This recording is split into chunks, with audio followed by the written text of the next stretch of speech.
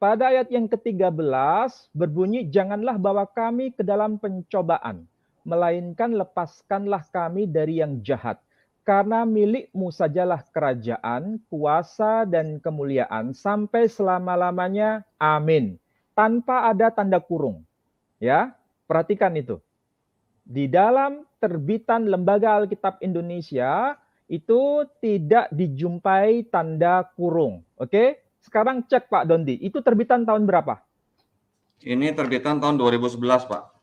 Nah, tahun 2011. 11. Nah, Loh. Sepertinya Ustadz besar, Profesor Doktor Menahim Ali ini kurang kerjaan. Ngapain kamu bahas-bahas Alkitab, mencari-cari kesalahan Alkitab, mengangkat diri sendiri jadi hakim untuk menentukan salah tidaknya Alkitab itu? Ngapain kamu bahas-bahas itu? Untuk apa? Untuk apa itu Ustadz? Profesor? Untuk apa? saya tidak bermaksud untuk menghakimi apakah itu benar atau salah menurut pandangan Islam. Tidak. Tetapi saya hanya menyajikan bagaimana pandangan tradisi Katolik berkaitan dengan ayat yang masuk dalam konteks tanda kurung tadi. Iya, memang benar. Maksudmu untuk menghakimi atau untuk menentukan benar salahnya Alkitab tidak terlihat dari ucapan mulutmu. Hei, Ustadz besar, Profesor Dr. Menahim Ali. Walaupun saya ini tidak berpendidikan, tetapi saya tidak sebodoh yang kamu duga. Karena saya tahu ada maksudmu yang terselubung dalam hatimu, yaitu untuk merontokkan kepercayaan dan keyakinan orang Kristen terhadap Alkitab. Orang Kristen juga tidak sebodoh yang kamu duga. Gampang percaya seperti orang bodoh yang sangat yakin dan percaya bahwa air batu ponari dapat menyembuhkan segala penyakit. Orang Kristen tidak sebodoh orang bodoh yang sangat yakin dan percaya bahwa tulisan Arab adalah tulisan suci. Orang Kristen tidak sebodoh orang bodoh yang yakin dan percaya bahwa Neil Armstrong mualaf karena mendengar azan di bulan. Orang Kristen tidak sebodoh orang yang percaya dan yakin bahwa mayat masih mempunyai saraf rasa sakit sehingga menderita sakit tersiksa di dalam kubur. Orang Kristen tidak sebodoh orang yang bodoh sangat yakin dan percaya bahwa bahasa di surga adalah bahasa Arab. Orang Kristen tidak sebodoh orang yang bodoh seperti orang yang yakin dan percaya bahwa di Arab ada tanah suci. Orang Kristen tidak sebodoh orang bodoh yang yakin dan percaya bahwa mencium batu hitam dapat menghapus dosa. Oleh karena itu, Ustadz besar, Profesor Dr. Menahim Ali, saya mohon dengan hormat untuk menghindari rasa sakit hati di antara kita, rasa dengki di antara kita. Berhentilah kau membahas-bahas Alkitab itu. Berhentilah kau menunjukkan kesalahan-kesalahan Alkitab itu. Berhentilah kau membuktikan bahwa berita Alkitab itu tidak benar. Saya, bahkan semua umat Kristen, pasti mualaf jika kau bisa menunjukkan bukti bahwa berita Al-Quran itu benar. Oleh karena itu, berhentilah kau untuk menyalah-nyalahkan Alkitab, tapi buktikanlah kebenaran berita Al-Quranmu itu, supaya terjalin rasa cinta, rasa kasih sayang di antara kita. Dr. Ustadz besar Manahim Ali. Itu permintaan saya kepadamu. Nah, kalau versi Islam, orang yang sedang menjalankan sholat itu semacam diwajibkan membaca surah Al-Fatihah. Jadi bismillahirrahmanirrahim, alhamdulillahirabbil alamin, ar-rahmanirrahim ila akhirih ayat. Dan kalau sebagai seorang Kristiani, terutama dalam tradisi Ortodok ataupun tradisi Katolik, selalu membaca doa Paternoster yang kita sebut dengan istilah doa Bapa kami itu. Doa Bapa kami atau Abana atau dalam bahasa Latin disebut doa Paternoster itu ternyata sejajar dengan doa yang senantiasa dibaca oleh kaum muslim tatkala sholat, dan itu membacanya dengan surah yang sering kita kenal, yakni surah Al-Fatihah. Pada ayat yang ke-13 berbunyi, janganlah bawa kami ke dalam pencobaan, melainkan lepaskanlah kami dari yang jahat. Karena milik-Mu sajalah kerajaan, kuasa, dan kemuliaan sampai selama-lamanya. Amin. Tanpa ada tanda kurung. Ya, perhatikan itu. Di dalam terbitan Lembaga Alkitab Indonesia, itu tidak dijumpai tanda kurung. Oke? Sekarang cek Pak Dondi, itu terbitan tahun berapa? Ini terbitan tahun 2011, Pak. Nah, tahun 2011. 11. Lembaga Alkitab Indonesia, Jakarta tahun 2000. Perhatikan yang ayat ke-13 bagian akhir. Ada tanda kurung tidak di situ? Ada, Pak, ada tanda kurungnya. Ada. Coba yang dalam tanda kurung dibaca. Kelihatan? Karena engkaulah yang mempunyai kerajaan, kuasa, dan kemuliaan sampai selama-lamanya. Amin. Ayat yang termaktub dalam tanda kurung itu disebut doksologi. Doksologi tadi, ayat doksologi itu bukan teks asli, kemungkinan memang tidak ada dalam versi awal dari doa tersebut. Tetapi ditambahkan pada Injil karena penggunaannya merupakan bagian dalam liturgi gereja awal. Ini coba kalau dilihat pada ayat yang ke-13, berhenti sampai bebaskanlah kami dari yang jahat. Ya, sementara kita bisa lihat pada versi yang lain disebutkan bukan berhenti di situ, tapi ada frase tambahan di situ, kalimat ya, bukan frase. Karena milik-Mu sajalah kerajaan, kuasa, dan kemuliaan sampai selama-lamanya. Amin. Nah, sekarang itu menjadi perdebatan kan? Nah, sekarang saya orang yang tidak berpendidikan ini mencoba mengajari kau, Ustadz besar Profesor Dr. Ali. Apa kamu tidak tahu bahwa penulisan Alkitab itu adalah tulisan manusia yang diilhami oleh Tuhan? Mari kita baca 2 Timotius 3 ayat 16. Segala tulisan yang diilhamkan Allah memang bermanfaat untuk mengajar, untuk menyatakan kesalahan, untuk memperbaiki kelakuan, dan untuk mendidik orang dalam kebenaran. Artinya, tulisan di dalam Alkitab itu bukan langsung difirmankan oleh Tuhan atau didiktekan oleh Tuhan kepada penulis. Seperti Allah Subhanahu wa Ta'ala mendiktekan firman-Nya ke Muhammad. Jadi Muhammad itu digunakan sebagai alat rekam. Sedangkan penulis Alkitab tidak sebagai alat rekam karena otaknya digunakan untuk menyusun redaksinya, menyusun kalimatnya supaya gampang dipahami oleh pembacanya. Jadi karena itu adalah tulisan dan redaksi yang disusun oleh manusia, tidak salah ada doksologinya, tapi doksologi yang benar.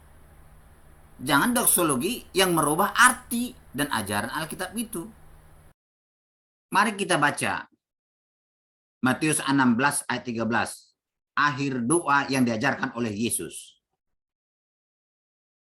Karena engkaulah yang punya kerajaan dan kuasa dan kemuliaan sampai selama-lamanya. Inilah doksologi. Kan tidak ada yang berlawanan dengan ajaran Alkitab. Karena memang Tuhan itu yang punya kerajaan dan kuasa dan kemuliaan sampai selama-lamanya. Kecuali doksologinya ini bertentangan dengan apa yang diajarkan Alkitab itu sendiri. Ini adalah tambahan dari penerjemah. Yang kemungkinan juga aslinya tidak ada. Ya tidak masalah. Kan tidak merubah arti. Dan tidak bertentangan. Kita bandingkan dengan Al-Quran. Yang katanya, Al-Quran itu asli firman Allah. Al-Quran itu adalah catatan firman Allah asli. Tidak boleh ada doksologi atau kata tambahan dari penterjemah dari siapa-siapa pun. Apakah itu benar? Mari kita lihat Al-Quran terjemahannya itu. Nah, kita baca Quran surat 17 ayat 72. Dan barang siapa buta hatinya. Ini dalam kurung ini doksologinya nih. Ini doksologinya. Nah, dan barang siapa buta hatinya di dunia ini, maka di akhirat dia akan buta dan tersesat jauh dari jalan yang benar. Ini doksologinya ini bertentangan dengan maksud dan tujuan ayat Al-Quran ini. Di sini tidak ada buta hatinya di aslinya. Namanya buta itu mata yang buta, bukan hati.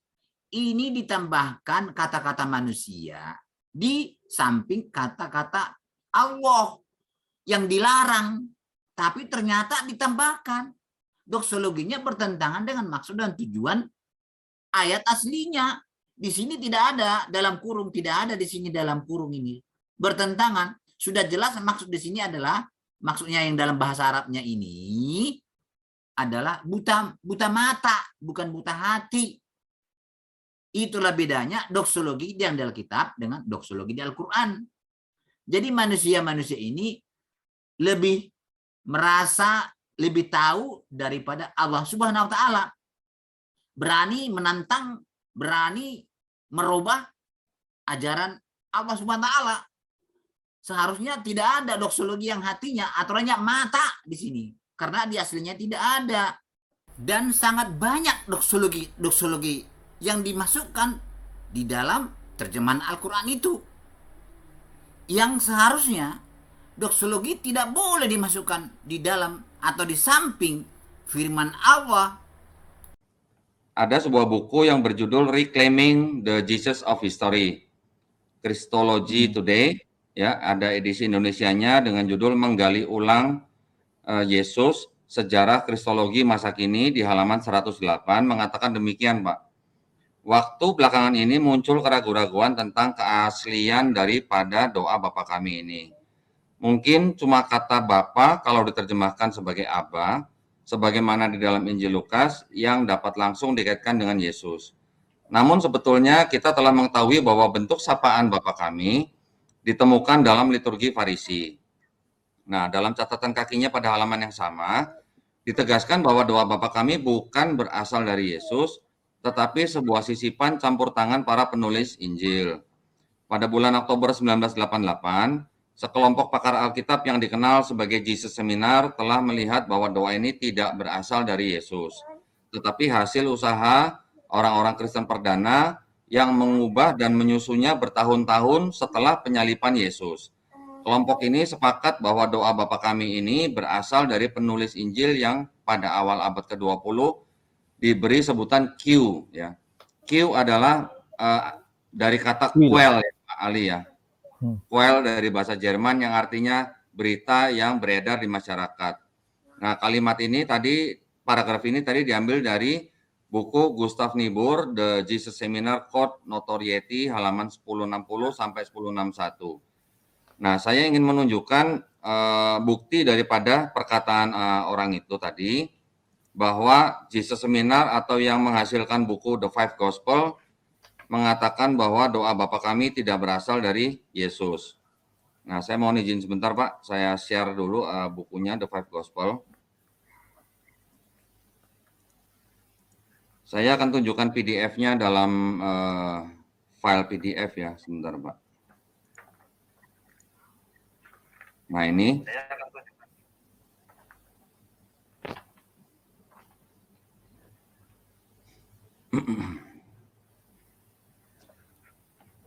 Nah, ini ada kalimat seperti ini. Ini yang tadi dikatakan oleh yang Gustav Niebuhr ya, The Jesus Seminar. Saya bacakan. Ini adalah berkaitan dengan the Lord's Prayer ya, ini ada doa Bapa Kami-nya. Kemudian di bawah kita mendapati ada beberapa komentar. Saya menandai warna kuning ya. While Jesus probably didn't teach his disciples to pray the prayer as it was assembled in queue, he probably did make use of the four individuals' petitions, as well as the initial address to God. His disciples probably learned the individual petitions from him. Someone at later time put them together in the form in which we now find it. Ya. Kalimat ini saya ambil dari buku The Five Gospel. Ya, ini ya. Nah, dikarang oleh Robert W. Funk, Roy W. Hofer, and the Jesus Seminar. Ya, The Five Gospel. Ini dalam edisi bahasa aslinya bahasa Inggris. Nah, kebetulan saya punya edisi bahasa terjemahannya nih Pak, dalam bahasa Indonesia nih. Jadi saya minta izin. Nah, ini bukunya dalam bahasa Indonesia sudah diterjemahkan oleh almarhum Ustadz Insan Mokoginta dan teman-temannya. Saya menemukan di halaman 176. Ya, ini yang saya tandain dengan bintang ya. Nah, itu. Saya bacakan nih. Ini terjemahan dari tadi paragraf yang saya baca.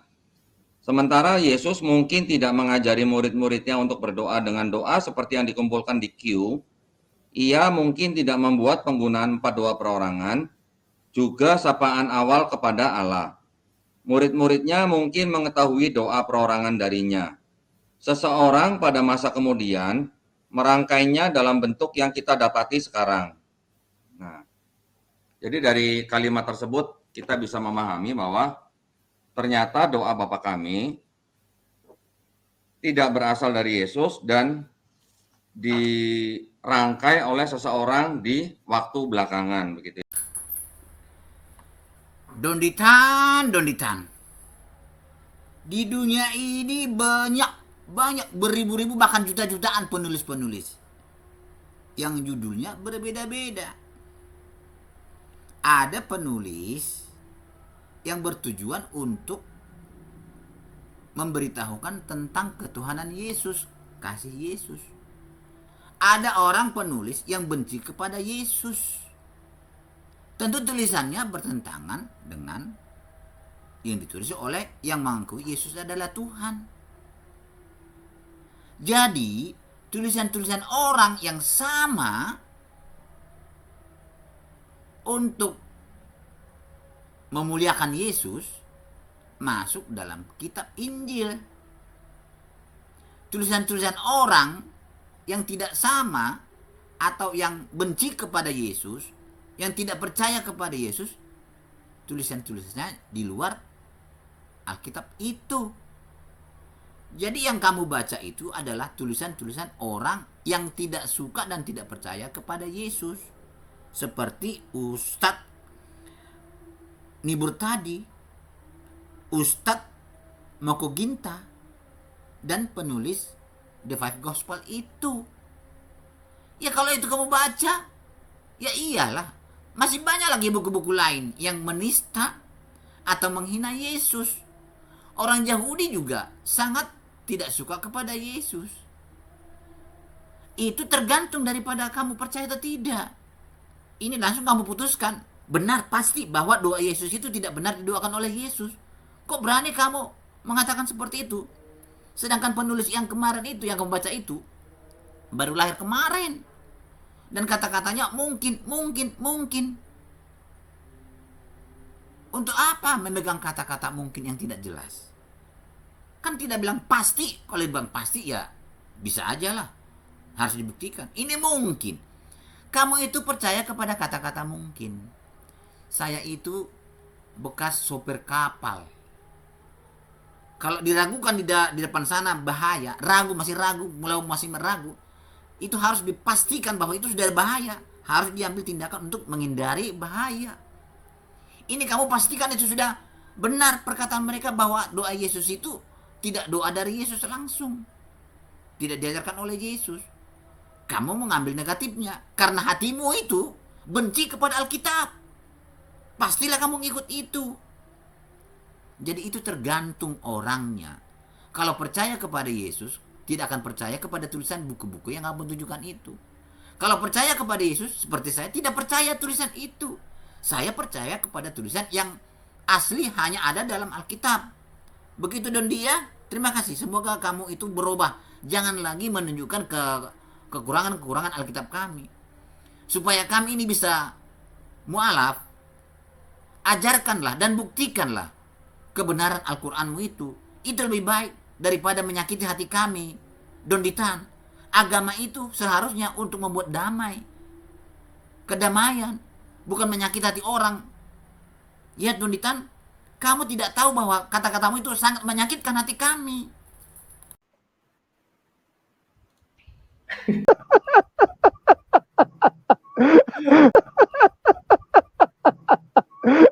Maaf ya, jangan marah.